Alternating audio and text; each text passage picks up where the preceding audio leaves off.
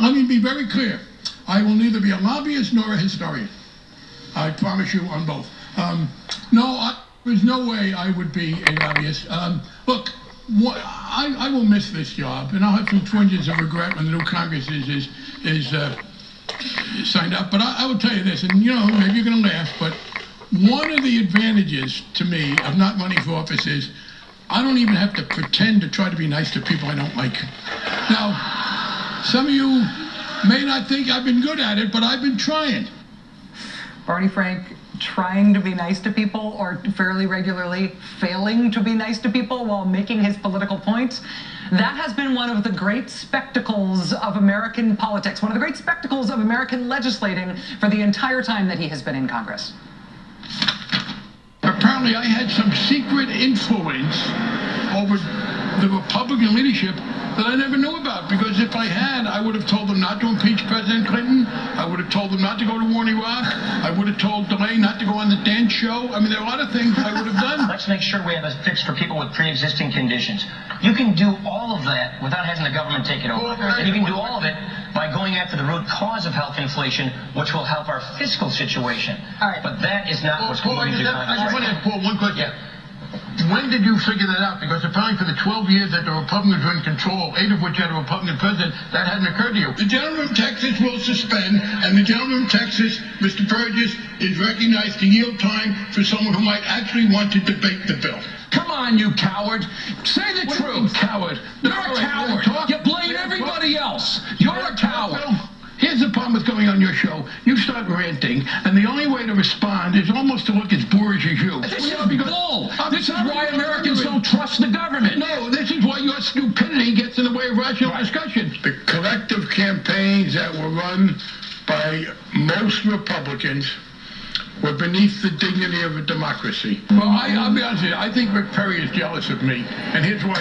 He is very jealous that someone can tell people what he thinks and not have to repudiate it or go back on it. I did not think I had lived a good enough life to be rewarded by Newt Gingrich being the Republican nominee. It still is unlikely, but I have hopes. Why do you continue to support a Nazi policy, as Obama has expressly supported this policy? Why are you supporting it? Let me,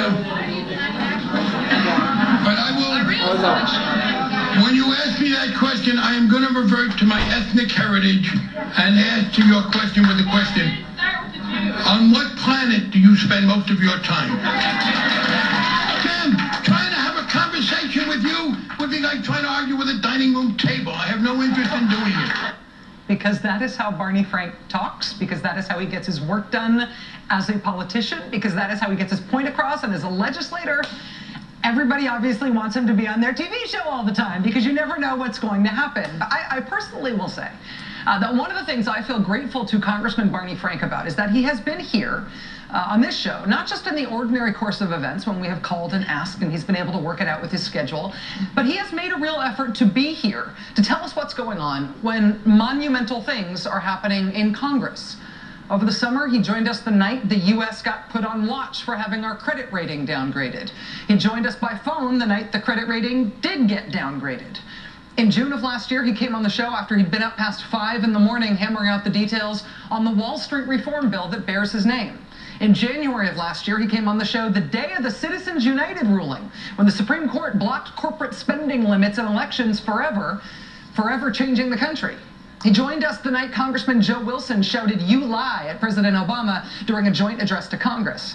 On the night before President Obama signed the health reform bill, a Democratic priority for not just decades, but generations. On the night before that was signed, Congressman Barney Frank joined us here and was able to tell us not only what had gone on with the legislation to get to that point, but what it had been like for him personally, specifically at this time when Democratic offices were having rocks thrown through their windows.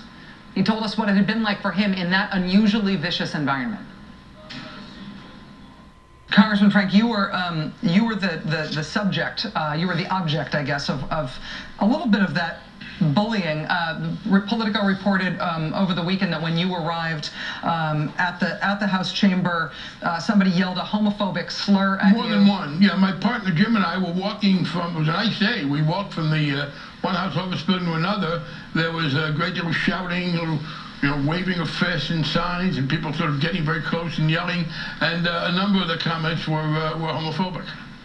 Did you feel personally threatened, or what was your reaction to that experience? Really sadness because look, as Jim said, we're kind of adults, and I haven't got a lot of respect for these people, to be honest, so who cares what they say to me?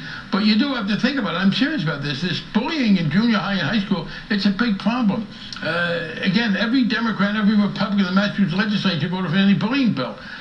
What occurs to me is there are kids all over the country watching this, not as a game, but as real life, and watching sort of respectable so-called politicians cheering them on. And that was just discouraging that at this point in our history, we couldn't have a rational debate, but these kind of thug tactics were being used. Barney Frank has spent 45 years in public life. He spent 30 years in Congress. And as he retires now, he will be remembered as the Frank in Dodd-Frank in Wall Street reform. He will be remembered as the Finance Committee chairman when Wall Street blew up. He will be remembered as the member of Congress you would most like to see argue with whoever it is you most dislike in the world, because he has a sense of humor that he wields like a wrecking ball. There's one other thing that I think, now that he's announced that he's retiring, I think he should be remembered for, a critical and underappreciated part of his legacy. And that is that over a 30-year period in Congress, when it became almost impossible to name it, let alone oppose it, when it became bipartisan orthodoxy to ignore this huge growing thing in American policy that nobody would stand against, Barney Frank made the case over and over and over again that when we count what dollars we spend in this country, a dollar is a dollar is a dollar. And just because it's the Pentagon that spends a dollar, that doesn't mean we shouldn't argue over that one, if we're going to argue over every other dollar that we spend. As I look at the American budget, we continue to spend excessively in the area of the military, far beyond any other place. Look, America after World War II took on the role of being the protector of the world against communism, the guarantor of stability. We're essentially continuing a role today of being the overwhelming military power and the subsidizer of many of our allies who are now wealthy, who don't have to spend anything on their own budgets, to the point where we can't afford it. We can be the strongest nation in the world for $400 billion a year instead of $700 billion a year, or $450 instead of $700. That alone could say we could easily save more than $200 billion a year without in any way endangering our security. We continue to defend Western Europe against non-existent threats. I want America to be very strong and able to defend itself, but I don't want us to take on the job of policing every political dispute everywhere in the world.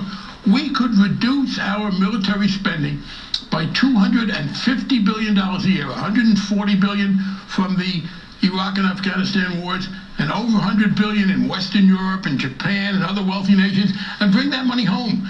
We could use half of it to bring down the deficit and half of it to produce jobs. There are today 600,000 fewer local employees, public works employees, people who shovel the snow and collect the garbage, firefighters, teachers, police officers, because we've sent that money overseas. Don't tell me to tell a 78-year-old woman living on $19,000 a year that she gets no cost of living, but you're going to continue to pour money into Karzai's coffers. Let's bring a couple of $100 billion home that is spent overseas in unconstructive ways, and that's what we need to do to get jobs. Joining us tonight for the interview is Congressman Barney Frank. Congressman Frank, it is great to have you here today. Thanks for being with us.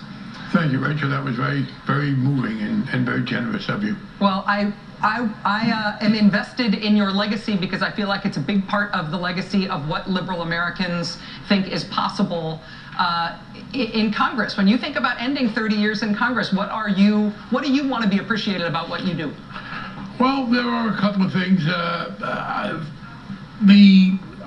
had the opportunity, it'll be 25 years ago, this coming May, to be the first member of Congress to volunteer that I'm gay.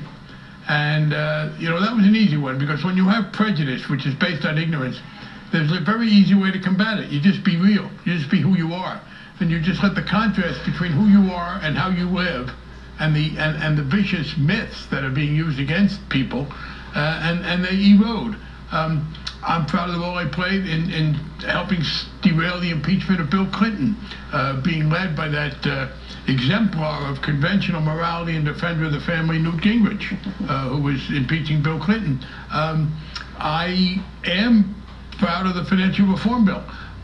Interestingly, today, Standard & Poor's, a rating agency, which often gets things wrong, but this time they got it right. They had been rating the big banks in this country as safer than other banks because of the view that the government would bail them out, that they were too big to fail. Today, Standard & Poor's downgraded 37 of the large banks in America because they finally read our bill and understood and said correctly, the government is now not willing to bail out these banks. That's in the law, and it took people some time to get it. I'm pleased with that, and I am pleased that we have finally got on the table your most recent set of quotes about reducing military spending. You know, Rachel, if our intervention in the world, if we really could bring the Kurds and the Arabs together, if we could bring people in Afghanistan together, if we could resolve these long-standing ethnic and religious disputes by sending heavily armed, well-trained young Americans, I guess I'd feel we had to do it. But the point is that we waste these tens and tens of billions of dollars in these disputes, and we make things worse. Here's the deal. We have a fine, superb military. They are great people, and they're very well trained. They can keep bad things from happening, but the military can't make good things happen. I'm proud that I'm, frankly, one of the ones who helped put that on the table. And right now, at this moment in American politics, I wonder if you see any movement toward that position. You were one of the only people articulating that position on a national stage for a long time, but now with these automatic cuts in defense, maybe triggered by the super committee, yes, the anti-spending mantra on the right, are people moving toward that position? They are. Actually, Ron Paul and I were working together on this, although at some point I got word that Ron had to be careful because I was hurting him in Iowa. Yes, the answer is exactly as you said it. In fact, we have been plagued, those of us who think the government should play a constructive role in improving the quality of life, and that the government is just a word for what happens when we pool our resources and try and do things that we can't do individually. You know, as I've said, in 45 years, I've never seen a tax cut put out a fire or repair a bridge. So we need these revenues, but here's the situation. The right wing, which has dominated the Congress since the election of 2010, dominated the House and had a lot of influence in the Senate, they've been successful because they can keep things from happening. Inertia has been on their side. So people said, well, why were you guys outmaneuvered? Because the people who are willing to cut the baby in half beat the people who don't want to cut the baby in half. But now, by a train of events that was partly, I give the president credit for, partly maybe serendipitous, here's where we are. If nothing happens in the next year, if the next year of Congress is no more productive than this past year, two things will happen. All the Bush tax cuts will expire, and military spending will be seriously cut. In other words, inertia has switched sides. It's now our ally. And I don't want to see all the Bush tax cuts expire. I don't think people in the middle income ought to have their taxes raised right now. And I don't want to cut as much necessarily as the sequester would to the military. But they have to deal with us now. And I hope the president will stay firm. I think he is taking this position. He will not sign a bill that re-extends all the Bush tax cuts, and he won't sign a bill that alters the sequester to cut Medicare and Social Security instead of the full hit on the military. That means they've got to negotiate with us. By the way, we can raise taxes on the military, on the rich. We can see taxes raised on the rich without anybody having to vote for it. All we need to do is to vote for a bill that continues the tax cuts for everybody but the top 2%, and we'll have hundreds of billions of dollars in a fair tax system. Similarly, we can put in a bill through that these right-wingers can vote for on the grounds that they are reducing the hit to the military, and we'll wind up with very serious military reductions. And, you know, let me just say finally, we have this argument, we've got to keep spending because we're going to hollow out the military. Rachel, I just want to, this is one last point. We are told by Leon Panetta, who's done a wonderful job elsewhere. By the way, the Chief of Staff of the Marines today admitted that he was wrong in predicting that the repeal of Don't Ask, Don't Tell would be a problem. He's acknowledged that it worked very well. But Panetta's done a good job of implementing that. But he's made this incredible statement that if we cut any more from the military than has already been cut, we're somehow going to hollow out the military. And he said, we made the mistake of hollowing out the military after all these wars and after the Cold War. The problem is that after the Cold War, Bill Clinton was the president, and Leon Panetta was his budget director. So we have the most extraordinary confession in American history of Leon Panetta, who used to take credit for helping balance the budget, now saying, oh, we hollowed out the military. We did no such thing. It was a very active military. And as I said, we're in the good position.